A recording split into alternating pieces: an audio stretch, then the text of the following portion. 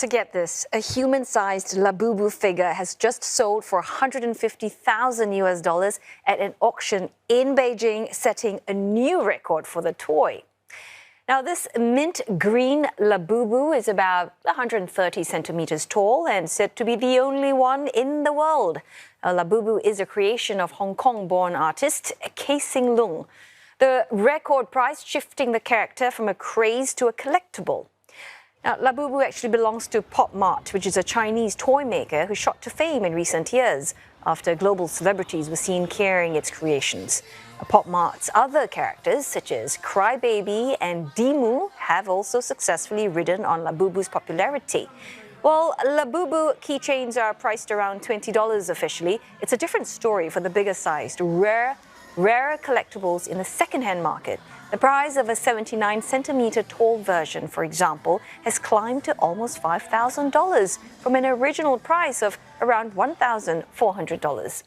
Now, Pop Mart's share prices are consistently breaking records, and its market capitalization is now worth more than Mattel, Hasbro, and Sanrio combined. Okay, so just what makes Pop Mart's offerings so attractive? CNA spoke with some fans in Shanghai. 像我这个年纪的人，就会觉得我们把钱花在吃啊、穿啊、教育啊这个上面，就是很实惠。但是其实就是你去买一个盲盒，它本身就是调整了你的情绪，它其实也是一种消费，对吧？也是一种对你有正向反馈的东西。所以我觉得现在的年轻人更多的会接受这种就是我在情感方面的投入啊，他会有这样的需求，觉得就是一种社会的变革吧。因为盲盒的价格跟之前像奢侈品啊，或者说高端旅游啊这些的消费是没有办法相比的，它是不冲突的，是一致的。就是可能消费降级之后，大家反而就是去选择一些 affordable 的东西去买吧。所以我觉得盲盒是一个反而是大家可以选择的一个东西。对。I don't think the brand is specifically something that we look for. It's just the overall concept of Labubu that is very cool. It's a collectible. It plays on the role of the hobby. I think it's just a very wonderful brand together with the collectible that you can have. All right, for more, let's bring Roland back here to talk all about this Labubu craze. Quite a phenomenon.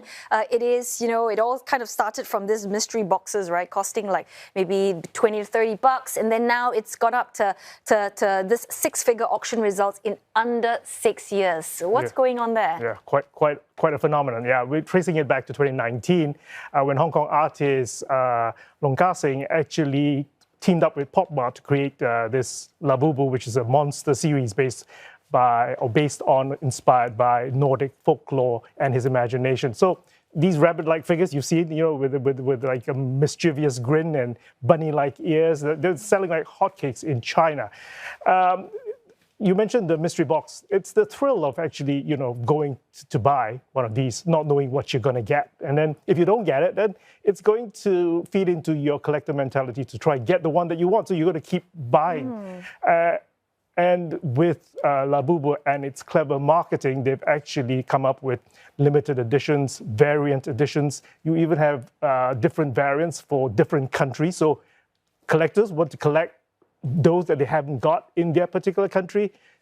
And finally, celebrity sightings. I mean, celebrities like Rihanna, Dua Lipa, and more notably, Lisa from Blackpink. Well, they were all spotted carrying it or snapped with pictures of them with keychains and the toys, and, you know. So it's like sort of the next it thing, you know, to have maybe a keychain hanging around your bag. But I imagine the makers are laughing all the way to the bank. And the makers of Labubu, the founder of Pop Mart, basically, what do we know about them? Yeah, Wang Ning founded Pop Mart back in 2010. He's now a billionaire, as you've mentioned, with the stock price of Pop Mart itself.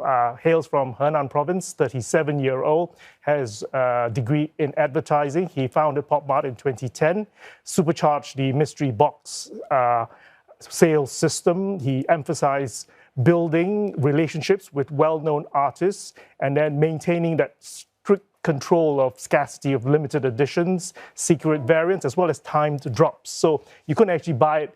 You'd actually have to go at a certain time to their stores to buy certain products. So he's actually driven this expansion to international markets as well. 2020, he IPO'd in Hong Kong, and then since then, he now has globally some 400 stores worldwide, including 30 in the US alone. So he's doing pretty well. Yeah, but we have seen previous crazes, toy crazes, Bear Brick, Funko Pop. I mean, they have sort of come and then the popularity wanes. So how does Labubu compare, with these other collectibles? Well, the pace and the scale is quite unprecedented, really, because, Bear Brick, that was introduced back in 2001.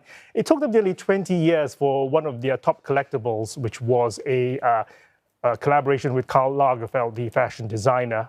That only went for some $30,000 US.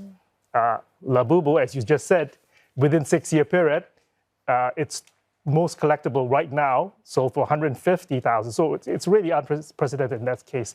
Funko Pop toys, they're more mass market collectible, and they are targeting a different tier because they have licensing agreements. They're not so much driven by the collectible aspect, i.e. limited editions that Labubu has gone. They're more like engaging the fans to create these products that they want in the market. So they're not actually making sure that these toys actually rise in speculative value. Right. So other brands now, other cultural strategies, you're looking at Labubu's story. What sort of notes are they taking, on their notepad?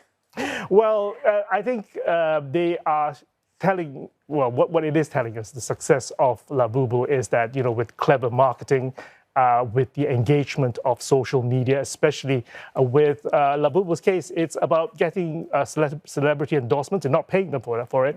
But then you get all the fans as well on social media unboxing their Labubus. That actually feeds into the frenzy. So if you have creativity and if you have a good idea and if it catches on and you're clever at marketing, I think that's going to be lessons learned for the advertising world. Much easier said than done, though, I have to say. But I really appreciate your insights. Thanks so much for that, Roland.